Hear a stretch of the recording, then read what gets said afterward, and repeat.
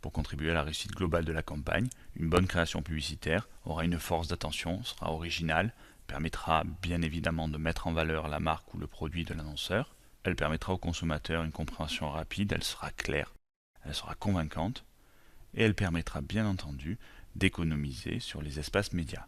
Une création qui est mémorisée au premier passage permet d'éviter le second et le troisième. Lorsque la communication commerciale est conçue comme l'aboutissement d'une chaîne de décision partant de la stratégie arrivée en bout du marketing pour arriver à la création publicitaire, on va retrouver bien entendu des constantes dans le discours. Corps dénudé, lumière travaillée, esthétisme, humour, photographie artistique. Et de nombreux messages vont réussir à traverser les époques. Qu'il s'agisse de créations minimalistes en presse quotidienne,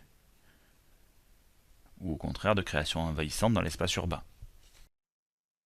Parfois cachées dans du placement de produits ou dans du public rédactionnel, la publicité nous permet aujourd'hui de tracer un cadre de référence et à défaut de règles de proposer quelques conseils aux futurs spécialistes.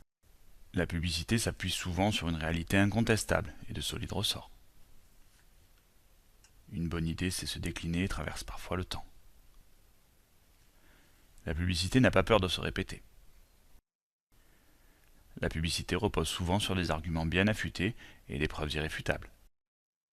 Les messages publicitaires montrent en général que l'on a bien compris sa cible, qu'on parle aux femmes comme si elles n'étaient pas des hommes, et qu'on parle aux hommes comme s'ils étaient tout simplement des hommes. La publicité n'oublie pas qu'il y a des constantes dans l'anthropologie. Un des principaux travers de la création publicitaire est qu'elle occulte parfois le message au profit de l'annonce. 10 ans après, la plupart des gens ayant vu les campagnes publicitaires pour Fast 8 très rapide asperge se souviennent encore de ces trucages au demeurant très réalistes.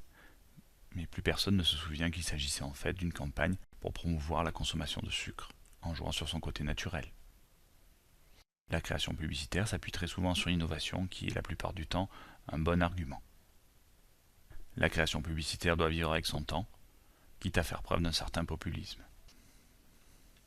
Pour mutualiser les ressources dans une campagne, le co-branding ou le partenariat doit être poussé jusqu'à ses limites.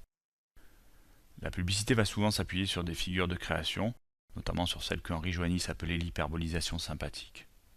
Le principe est d'exagérer volontairement les qualités d'un produit ou une situation, de manière à conserver la complicité avec la cible. La création publicitaire repose également sur le support qui a été choisi. C'est un vecteur fondamental pour le message. N'oubliez pas que la drôlerie n'est pas le gage d'une bonne création. La publicité peut dire ce qu'elle veut, mais elle ne change rien aux faits. Il vaut mieux parfois se faire oublier. Ne serait-ce que pour revenir de plus belle en se montrant sous son meilleur jour.